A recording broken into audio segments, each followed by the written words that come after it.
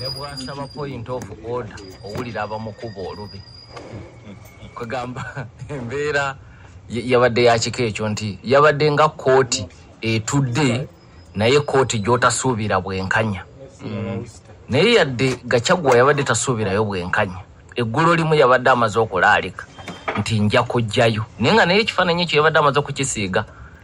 nti gye ngenda sisuubirayo bwenkanya naye ngenda gendayo nti babadde balowooza kempise press conference eno olwo abyogera ggulo limu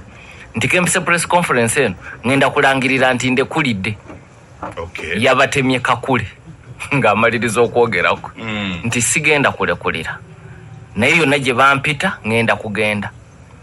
genda mu parliament ento genda mu senate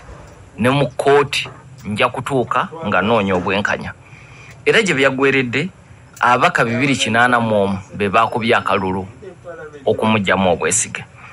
jukira abaateeka omukono ku kiwandiiko baali 291 oli ayinza okubuuza ate bevedde batya ng'okulonda kutuuse ekimu ku kyaleese okweveera abamu ku babaka okuva masekati ga Kenya Gachagua gy'ava ate bwe baamala okuteeka omukono ku kiwandiiko kino nekyanjula mu parliament wiiki ewedde bwe baddayo mu constituency zaabwe abantu ne babakwatira embuukuuli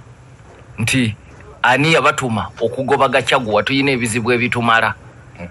era abamu ku bo ne batuuza zi press conference mu nnaku ezaddako wiiki ewedde ng'ekiteeso kino kimaze okwanjula nga baga nti bane mutusonyiwe yadde twateeka omukono ku kiwandiiko ne kati tetujja kukiwagira essaawa y'okuba akalulu bw'enaaba etuuse so omuwendo kwe kukka okuva ku babaka 291 abaateekako omukono abaakiwagidde ne babeera 281 wabaddewo omubaka omu eyabadde nampawengwa so nga ababaka 44 be bawakanyiza ekyokugoba Rigathi Gachagua mpuliriza ojja kwewuunya nti abasinga obungi abawakanyiza ekiteeso kino ate si mikwano gya Gachagua mu bulamu bwabwe obw'ebyobufuzi naye nabo baabadde ku nsonga za byabufuzi endala bangi ku bano baabadde babaka abakamba okuva mu kitundu ekya Ukambani Stephen Kalonzo Musyoka gy'ava kakati jukira bayina obuzibu n'enkolagana ya Odinga yali munywanyi waabwe ne William Ruto kakati tebawagira kyodinga kugenda mu government kati Kalonzo Musyoka ebiragiro bye ku babaka be byabadde nti tetuwagira nteekateeka eyo era ababaka abamu mu kujeregerera abakamba babagambye muyinza mutyo okuwagira Gachagua asigalewo nga yajje wammwe n'abagamba nti obululu bw'omu butono nnyo temulireeta president wano mu Kenya ky'omuntu eyabayisaamu amaaso bw'atyo kati ate tumugoba ate mugaana naye ababaka bakamba bangi baaganye newankubadde nga yalese ekiteeso yennyini mubaka mukamba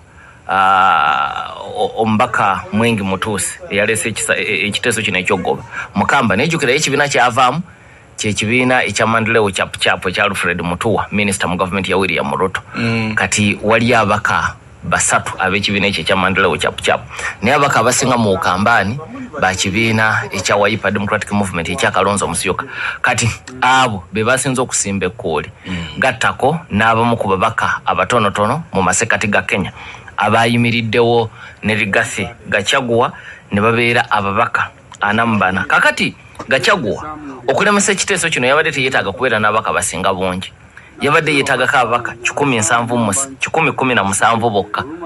babadde balemesa bali okuweza omuwendo ogw'essalira 117 babadde bamusobozesa okulemesa ekiteeso kino naye nabo teyabawezeza nga bwe tulabye yafunye ababaka 44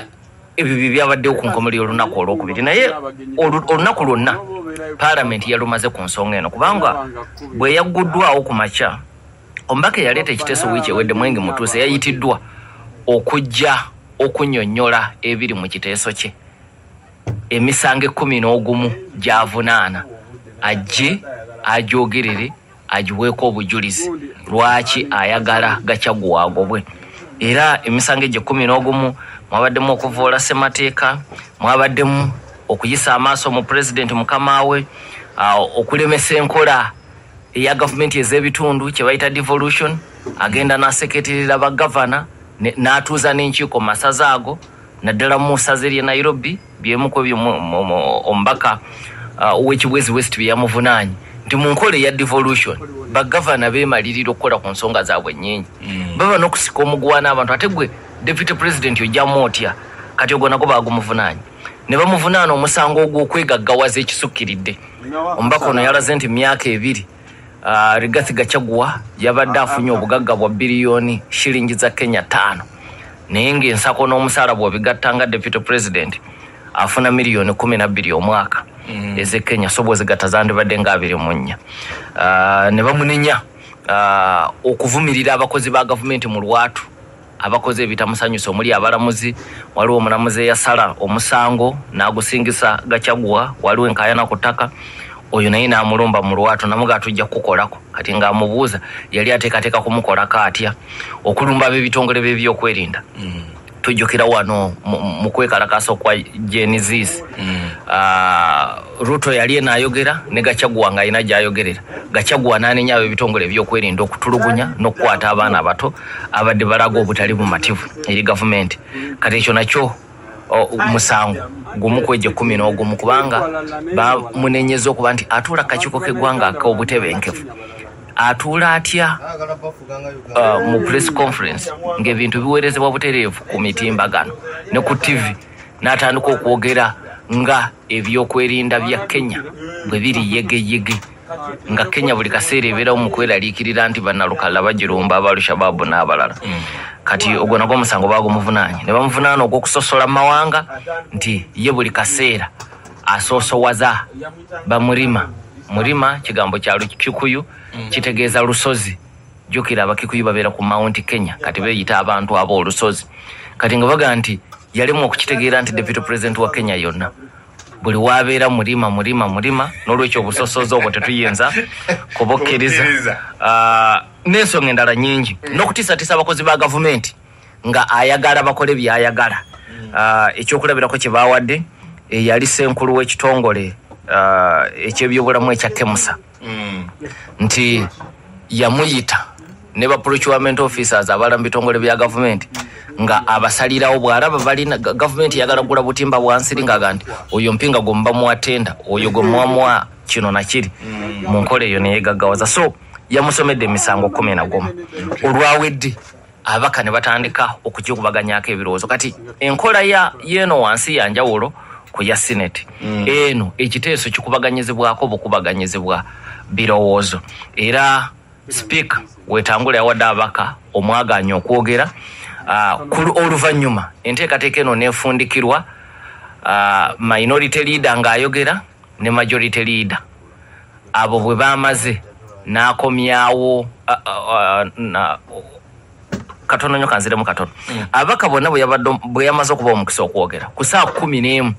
n'ayita avunaanibwa Rigathi Gachagua ajje yeerwaneko bwe yamaze okwerwanako yaweereddwa saa 2 naye teyazimaze nayo bwe yamaze okwerwanako kati ne bakomyawo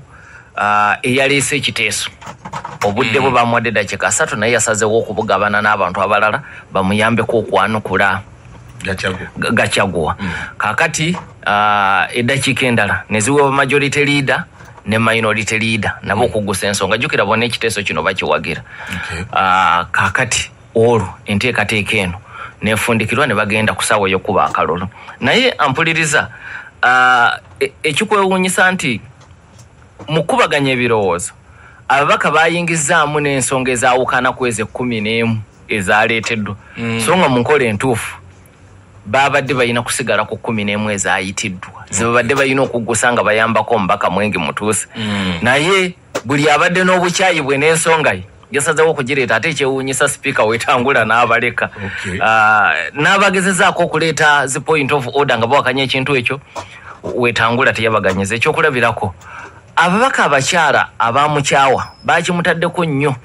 nti ayina omuze ogw'okuvvoola abakazi ng'abayita b'amalaaya mukazi omu yatuuse n'okumugamba nga mbaka wa parliament titeri muntu asalawo okubeera malaaya mbeera ye mutuusaayo eyo kati oyinza otya okuvuma omuntu nti malaaya obwamalaaya si musango ekigambo ekyo bakyesibyeko nnyo naye nga tekiri ku misango 11 gye babadde bavunaana Rigathi Gachagua of course mu musango gye soogedde mwaddemu n'omusango gwe beesibyeko nnyo nti yagamba nti Kenya eringa gavumenti yaabwe ye ne Ruto eringa business erimu emigabo abasinga okuleeta obululu be basinga okufunamu kakati ekyo nakyo bakimutaddeko nnyo. Mu kwewozaako okwe yagambye nti ku kyokuvumirira abakozi ba gavumenti omuli n'abakulira ebitongole ebyokwerinda n'abalamuzi akikola yeesigama ku ssemateeka awa bannakenya bonna eddembe okwogera ekyo kye balowooza. Naga nti ensala y'omulamuzi ngisaamu ekitiibwa neesikkaanya nayo. Naga nti era omulamuzi oyo namuwaabira ne mu kakiiko akakwasisa empisa abalamuzi era omusango gukyagenda mu maaso. Naga ekyo kikkirizibwa mu mateeka. Naga nti okukolokota abali mu bitongole ebyokwerinda eryo nalyo ddembe lyange ery'obwebange. Naga nti kambazanyire akatambi ka William Ruto ng'akyali mu myoka wa Kinyatta ne bakaleeta nga Ruto avumirira eyali Ssaabaduumizi wa poliisi Hillary Mutyambai. Naga nti ateekwa okubanga ye IGP asinga okuba ow'ekibogge mu nsi yonna si mu Kenya mwokka. Kakati Gachagua n'abagamba ababaka nti oyo mumulabye ye President William Samoei Arap Ruto awo yali Deputy President si mukolokota nalyo eddembe naye nange kwe nayigira nti mukkirize nti ndi muyizi mulungi njigidde nnyo ku mukama wange nti omuntu bw'akola ensobi omugambako mu lwatu nti awo yali agamba mukatambike kamu akolokota Ssaabaduumizi wa poliisi akolokota Ssaabakesi akolokota ab'ebitongole ebyokwerinda kuba ne yali takkaanya nabo ku mulembe gwa Kinyatta. Kati Gachagua naga nti bannange mukkirize nti ndi muyizi mulungi ate mu kifo ky'okunsima nti ndi muyizi bulungi mwagala kumbonereza. Bwe yavuddewo n'agenda ku by'obugagga bwe naga nti kyannaku nti omubaka yaleese ekiteeso kino olw'obuto ndowooza teyeebuuzizza kimala oba baleese buleesi bintu n'ateekako mukono n'abireeta wano. Ebyobugagga bingi byataddeawo nti byange bya mukulu wange omugenzi Nderitu Gachagua eyali gavana w'essaza ery'Ennyeri. Ti naye bwe yali agenda okufa ng'afiira e London mu ddwaliro yaleka ekiraamu nga nze omu ku abo abalina okukirabirira nga kiteekebwa mu nkola. Era ekiraamu kye kyali kikambwe. Ekiraamu ekyo kyali kigamba nti omwana oba omukyala wa Gachagua oba omuntu yenna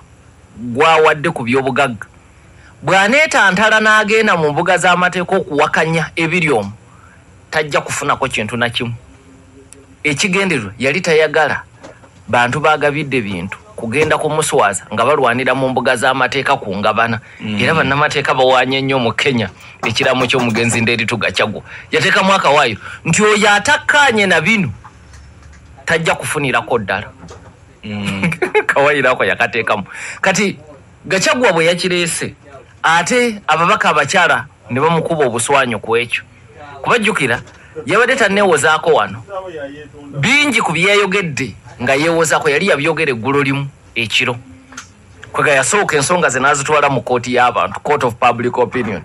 agende okujja eno ng'abantu yamaze dde okubategeezawo waayimiridde ne ku nsonga ze bamuvunaana. Kubajjukira baatwala ensonga ze mu bantu public participation nga ye tannawulirwa ludda lwe. Kakati bagenda okwebuuza ku bantu naye nga bye bamuvunaana byokka byebiriwo tannabyanukula. Kati n'asalawo naye asooka abaanukule mu lwatu nga tannajja mu parliament. Kakati abaka babadde bateesa nga Gachagua tannaba na kutuuka ku parliament naddala abakyala ate bo bakiisa ensingo ne bagamba nti kyewuunyisa nti ku by'obugagga by'omugenzi Nderitu Gachagua ate muganda we yasinze okugabana nti alabika yakozesa amaanyi ge ng'abasajja batera okukola n'atwala ebintu by'abamulekwa n'atwala ebintu by'abannamwandu. Kakati ekintu kyakozesezza okwewozaako ate abamu bakifudde bwe bati naga ne bane kino kibe kyakuyiga abantu mukole ebyammwe muleme kubba bintu by'abaganda bammwe. Naye ensonga yagirambise bulungi okulaga nti ebintu bingi abadde bamuteekako nti bibye nga si bibye byali bya muganda we omugenzi Nderitu Gachagua. Ampuliriza ababaka engeri gye banoze mu parliament ento obadde olaba omukono gwa Raila Odinga nga gukwataganye bulungi n'ogwa William Ruto nti ababaka ab'oku lusegere lwa Raila Odinga Junet Muhammad Otienda Amolo ne mwannyina kennyini Ruth Odinga omubaka omukyalo wa essaza ly'e Kisumu baakubye obuswanyu ng'olowooza kumpi n'ensonga yaabwe naye nga nsonga ya kisinde ekya Kenya Kwanza. Kati Ruth Odinga mu kuwagira ekiteeso kino yagambye nti mu kusooka yabadde tannakiwagira bulungi mbu naye Gachagua bye yabadde ayogedde ekiro ku bbalaza ekiro bye byamuleetedde okukyuka ne Millie Odhiambo bwe yagambye Odhiambo naye mbaka wa ku lusegere nnyo Odinga